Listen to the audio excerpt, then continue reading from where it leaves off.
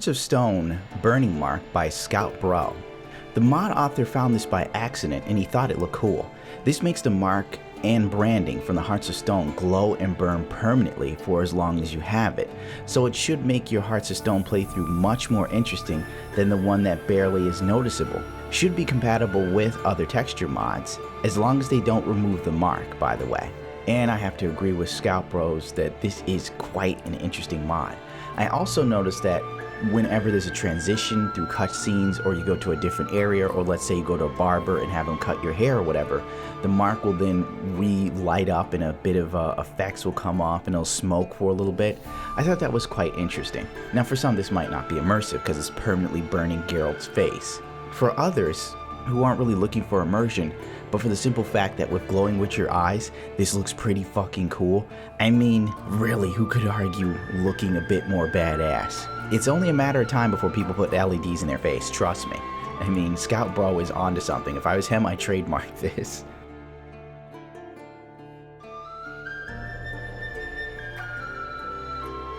Better Oaks by CreatorGreg. Now this is just a quick retexture oak mod.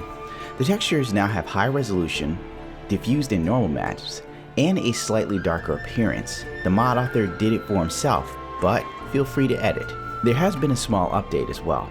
Now all oaks are covered, even the big landmark trees, old oak, and the deformed ones too. Please enjoy. This is, I believe, a much needed mod. As I've spent time playing The Witcher and paying attention to things, I've noticed that the oak trees weren't as beautiful as I thought they possibly could be, or as immersive as they should have been compared to the rest of the game. But I'm glad to see something like this is being done. CreatorGreg has actually been on a roll on the Nexus, as you will soon see. This is just one of many immersive and well thought out and well executed mods that Greg has put out in the past couple days that have caught on fire on the Nexus. And I'm going to cover many of them today, coincidentally. Better Effects by CreatorGreg. Surprise, surprise. This mod tries to achieve better effects, which means he's trying to increase the particles for most of the effects in the game.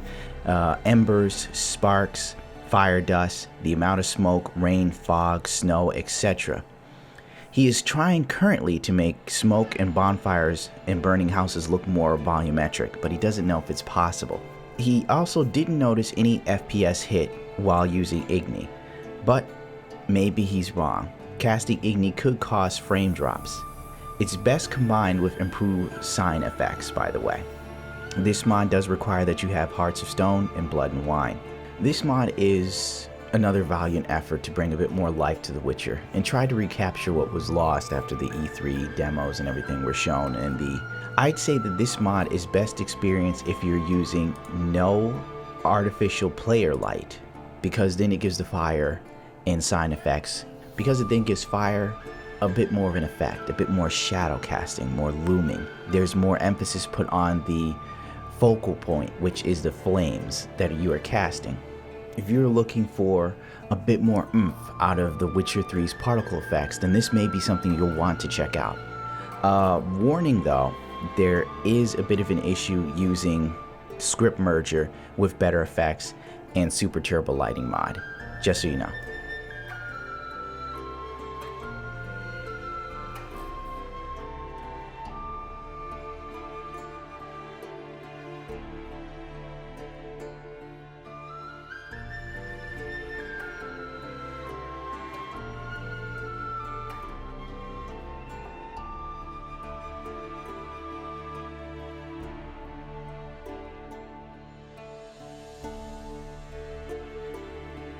No artificial player light by ScoutBro. Did you ever notice that there is a light source that follows Geralt around, removing any darkness around him and making the light feel very artificial?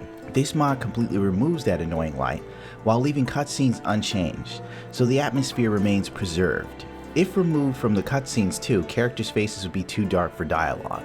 This should make the characters be in true darkness and not fake lighting, making the cat potion and torches more useful. The mod author has added the exception for cave light due to how important it is to have it in the caves. From a gameplay and artistical standpoint, this is not a complete lighting mod overhaul like others. This changes only the player light. I would say that this is a very immersive mod. due to the fact that often in the world of The Witcher you are walking around at night, and if you are using glowing Witcher eyes, I feel it gives Witchers a more ominous feel. When peering into the darkness, all you see are those cat eyes, and then it can give more credence to the fear that normal people have of the Witchers, how they are somewhere between men and monsters in their eyes. If you're looking for a more immersive, more impactful experience in night settings, if you are looking for something that removes the player light due to the fact that torches often make Geralt's face glow like the sun at night, then I would say this is the mod to grab, because I've found myself always disliking torches simply because when I turn to look at Geralt and he's glowing, it bothered me. I think this gives torches more of a use, as the mod author has said, and more meaning in the game. I don't know how to shake that one around. This mod was suggested to me by Jar Jar on Twitter. At the time, I was having issues with Witcher mods, per as usual. I don't know how many hours I spent messing with it, but it was around 4 or 5 a.m. Before I knew it was around 7 or 8 a.m. and I was still having mod issues, and I posted about it on Twitter. And he turned me on to Witcher 3 mod merger, where I was using Witcher 3 script merger. This is by DJ Kuvarik, a simple tool which can help you merge your mods and avoid mod limits. Use it only if you have faced the limit issue. Otherwise, there is no need to merge anything.